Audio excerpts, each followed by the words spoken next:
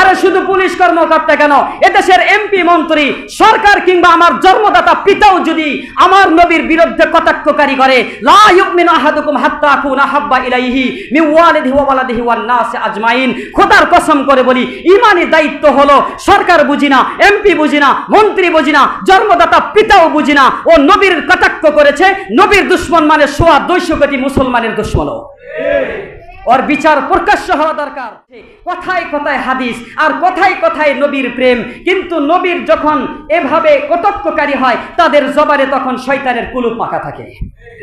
অথচ তাদের দেখবেন লম্বা দাড়ি, লম্বা পোশাক, লম্বা রুকু, লম্বা সিজদা, লম্বা কেরাত, লম্বা কিয়াম, এগুলো সব কিছু থাকতে পারে শুধুমাত্র মানুষকে দেখানোর উদ্দেশ্য ছাড়া আর কোনো কিছুই নয়। সুতরাং এ সকল উবাই ইবনে সুলুল মুনাফিক মার্কা যারা আশিক রাসূল দাবি করবে, হতে পারে তাদের লম্বা রুকু, হতে পারে তাদের লম্বা সিজদা, হতে পারে তাদের লম্বা দাড়ি, হতে পারে তাদের লম্বা কিয়াম, কিন্তু ওরা মুনাফিকের বেশে উবাই ইবনে সুলুলের মতো একই সুরতে প্রত্যেকটা সাধারণ মানুষের ঈমান ধ্বংস করে তাদের মূল টার্গেট। আজকে দেখেন 3-4 দিন হয়ে গিয়েছে, আমরা যে দলের কথা বললাম, এরা একটা ব্যক্তিও স্বাধীনতার পর থেকে নিয়ে এখনো পর্যন্ত তাদেরকে কোথাও কোনো রাজপথেও দেখা যায় নাই, জবানের মুখ থেকেও তাদেরকে কোনোদিন এই ধরনের বিপ্লবী বা এই ধরনের বিপক্ষ কোনো কথাও বলতে শোনা যায় নাই। এর মানে উদ্দেশ্যটা কি? তারা মানুষকে দেখায় আমার লম্বা রুকু, আমার লম্বা সিজদা, কথায় কথায় হাদিস, কথায় কথায় নবীর ভালোবাসা, এবং কি দাঁড়িয়ে কিয়াম পর্যন্ত করে। সুতরাং এদেরকে তখনই বোঝা যাবে তুমি আশিকে রাসূল, যে খাতেমে রাসূলে মুস্তাকি যারা করে তাদের বিপক্ষে তোমার ভূমিকা কি পরিমাণ রয়েছে।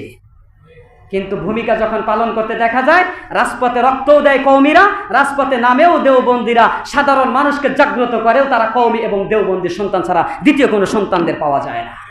কাজেই যারা আজকের পর থেকে স্পষ্ট ঘোষণা দেখবেন, যারা এই ধরনের হাদিসের বাণী আমাদেরকে শোনাইতে চায়, রাসূলের সুন্নত শোনাইতে চায়, ওর সর্বপ্রথম টার্গেট করবেন ওর নবীর ভালোবাসার আত্মপ্রকাশের সাধারণ জনসম্মুখে এবং তার জবান থেকে কি পরিমাণ বিপ্লবী এবং কি পরিমাণ প্রতিবাদ রয়েছে। যদি এটা থাকে তাহলে আশিকে রাসূল, আর যদি না থাকে ও আশিকে শয়তান।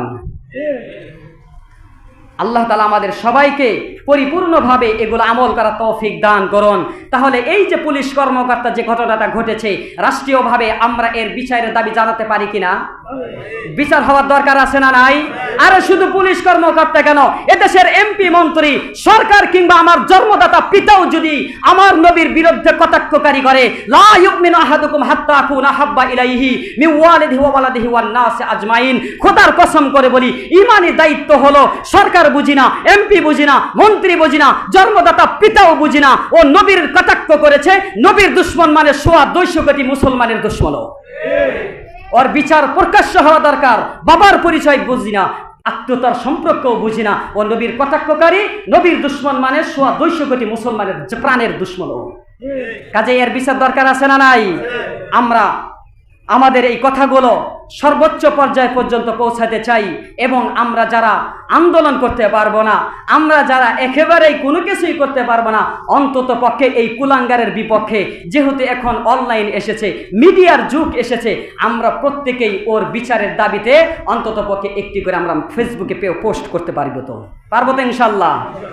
পোস্ট তো অনেক কিছুই করেন, একটাবার নবীর ভালোবাসা নিয়ে খাতেমে মুস্তাকির বিপক্ষে কিছু পোস্ট করেন, লেখালেখি করেন। আপনার এই লেখালেখির মাধ্যমে কিছু মানুষ জাগ্রত হবে, কিছু মানুষ বুঝতে পারবে যে হ্যাঁ, নবীর যার শানে যারা মুস্তাকি করে তাদের বিপক্ষে অবলম্বন করা, তাদের বিপক্ষে কিছু বলা, এটা ঈমানি দায়িত্ব। কথা ঠিক? আল্লাহ তাআলা আমাদের প্রত্যেককে এই মাসের আমলগুলো করার, এই মাসে যেগুলো বর্জন করার কথা ছিল, যেগুলো আমল করার কথা ছিল, সবগুলো আমল করার তৌফিক দান করে, সেগুলো আমিন। আমি বলেছিলাম এই মাসের আমল, রোজা কয়টা হবে এবং কি পরিমাণ রোজা হবে, এবার আসেন আমরা